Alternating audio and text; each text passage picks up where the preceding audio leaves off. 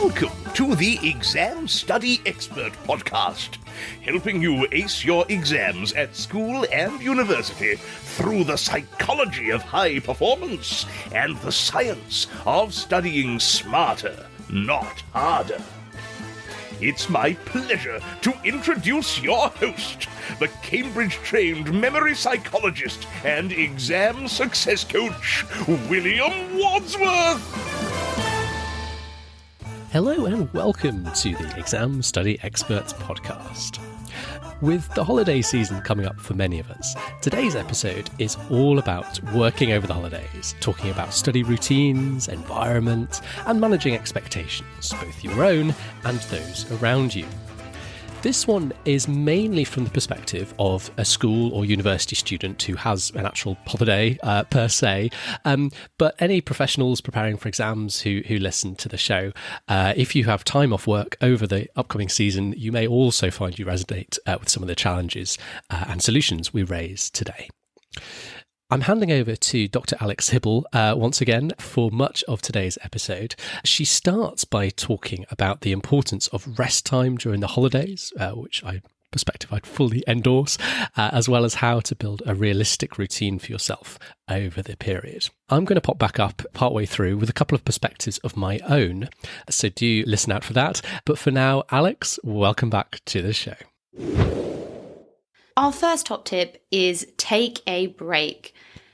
School and university terms are intensive. You are filling your brain with lots of new knowledge and lots of new ideas, and that's really exciting, but it can be a bit overwhelming. And I know that for a lot of us, sleep is one of those things that we start to deprioritize a little bit, especially when things are busy. So when it comes to the vacation, really using this time as a chance to recover from term and be refreshed for beginning next term.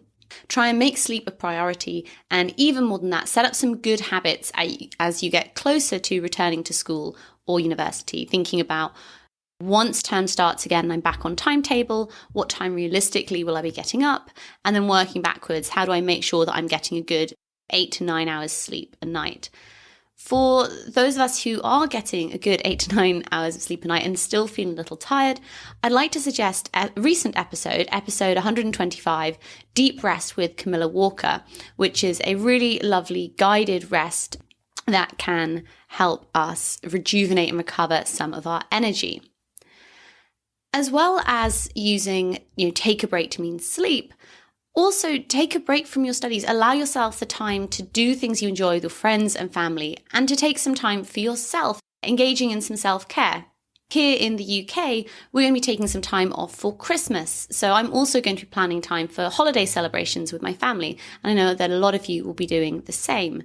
And it's really nice to be able to balance out work, school commitments with family, friends, and celebration, especially with the days getting shorter over here in the UK. We also want to think about when. So when it comes to planning our holiday or vacation, we want to make sure that our aims are realistic. So don't plan for your best self. And by that, I mean, don't plan your timetable based around this idealized view of yourself as a student who can achieve full focus for 8 hours a day, every single day. Plan for your medium self. So what is realistic for you to get done whilst, as we've already said, taking a break and allowing time for socializing with friends and families, but also enabling you to get done the things you want to get done. So plan for a realistic time frame. And you can work backwards from this. Think about how many hours in a day can you work realistically, but also when are these hours going to be convenient? For example, it might be that family and friends are around a lot, so trying to work in the afternoon is just going to be full of distractions. So you might want to think about only working in the mornings, so say from 9 till 12. You can also think about your biological prime times. That's the times of the day when you feel most energetic and most alert. For some of us, the morning is our time for optimum creativity, whereas for some of us, actually, it's later in the evening after we've done the other things we want to get done in the day. Maybe after dinner is a really nice time to sit down and get 2 or 3 hours of writing in. When you're planning how much work you want to get done over the holiday, don't plan too much. Think about quality work over quantity. William recently recorded an episode about how many hours should you study in a day, which is a question we get asked by students really frequently. And one of the main takeaways that I took from that was that it's not about the number of hours, it's about how much of that time am I going to be productive? How much of that time is quality working time? So really thinking about quality over quantity as the metric. And finally, thinking about comparisons with friends. Now, it's great to talk to friends about how they're planning on organising their study time across the holidays, because it can give you some really nice ideas about how to organise your time and where buckets of time might be available. But we really want to be careful in comparing ourselves to our friends. We all have different goals and we all work in slightly different ways. Talked about having energy at different times of day, but also there's going to be a big difference between a friend who's mainly writing essays versus a friend who's doing lots of practice papers and flashcards. One of those is more intensive than the other. So maybe using friends as a source of inspiration, but not as a source of competition.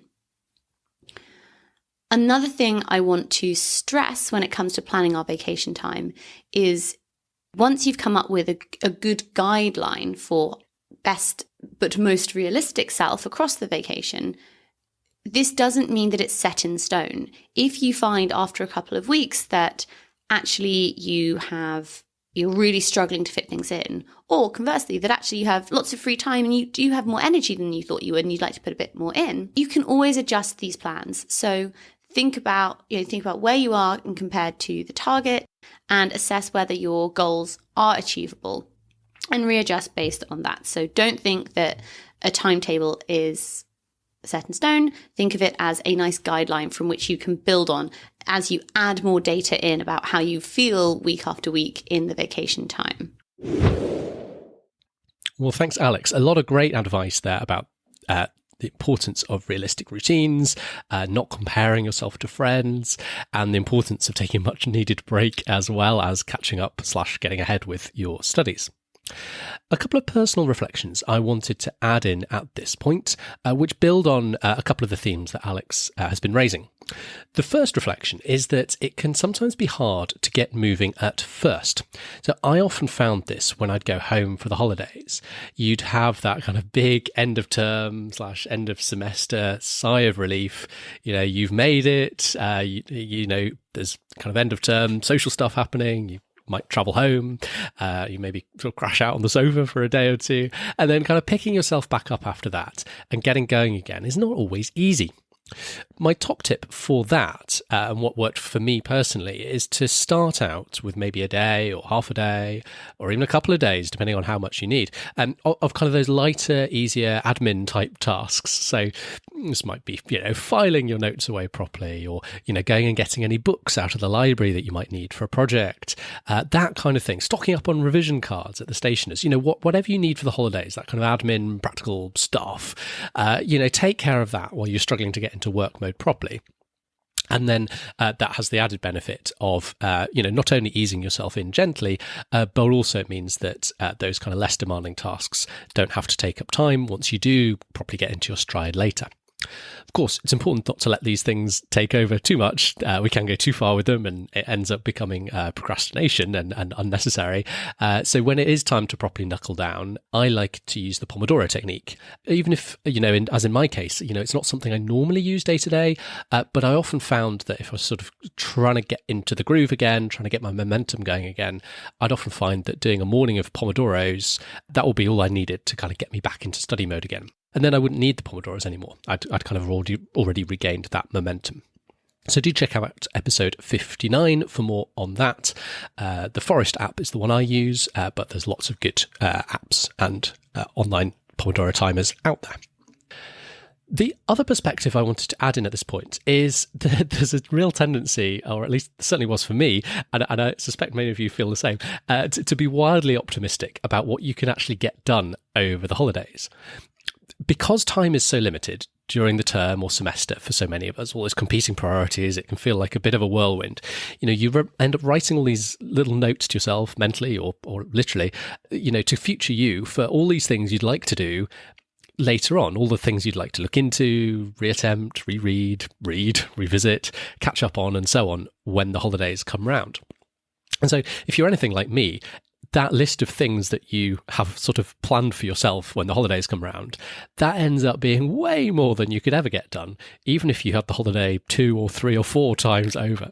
So sure, the holiday may be a decent chunk of time, but it's important to remember that it's still a finite amount of time. It's not an infinite amount of time, especially once you factor in some time off, as Alex very sensibly suggests. So sitting down and prioritising what's most important to work through this holiday is key to helping you avoid overwhelm and disappointment. For more on this point, if you have my course, The Scholar's Way, do check out the day 13 and day 14 lessons in that course, which go together quite nicely on this point, talking about finding clarity on what's going to be most important for you, and then an exercise to help you prioritise accordingly. So, for today's final thought, here's Alex again on some of the challenges that often come up when you're working in the home environment, particularly over the holiday season, and some little tips for you on managing those challenges. When it comes to working throughout the holiday, there are 2 major challenges. The first is that we're off timetable. We have to decide for ourselves what we want to do and when we want to do it. But the other big challenge is that our environment has completely changed. For a lot of university students, that means moving home during the breaks.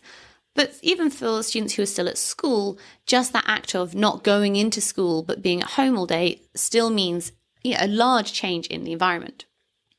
What is difficult, particularly about the home environment over the holidays? Our families have certain expectations, and these can range from you should be working all of the time to families saying you shouldn't be doing any work, this is a time for a break. And both of those expectations conflict with what we want to do, which is definitely take a break, definitely have some time for recuperation, some time for socializing, doing all the things that we want to be doing, but we also want to get some work done. Having conversations with friends and families about this, that our goal for ourselves is to do some work and to relax. Once we set our own expectations, this can help manage the expectations of the people around us. And these conversations can be hard to have. One way of making these easier is being really explicit. So for those of us who celebrate Christmas, saying, well, of course, I'm not going to work on Christmas Eve, Christmas Day and Boxing Day, but for the week before that and the week after that, I'm aiming for about 4 hours a day. And that really makes things clear to your family and mean that their expectations are in line with your expectations and goals for yourself, and can actually end up with them being gently supportive and encouraging you if they see that you're not doing as much work as you've said that you've wanted to. Alongside the difficulties of social expectations, the difficulties of distractions, we also want to think about where you're going to be working. Do you have a quiet place that you can use as a workspace, such as a bedroom, a spare room, a home office? And if not, are there any local libraries, cafes, or co-working spaces that you might be able to use? If none of these are going to pan out, perhaps thinking about investing in noise-cancelling headphones. These can be really powerful at shutting out background noise. We can also combine this with that previous idea about talking to family about expectations. If they know that you're planning to work for a few hours a day, it might be an easier conversation to have when you then say, I really need the house to be a little bit quieter sometime. Would it be okay if 10 till 12 were quieter hours? And that way, your family know when you're studying, they can help you stick to these times, but it can also help them to plan around when you want the house to be quieter. So as much as possible, having these really open conversations with your family can help manage their expectations, but also create a better environment for you to study in.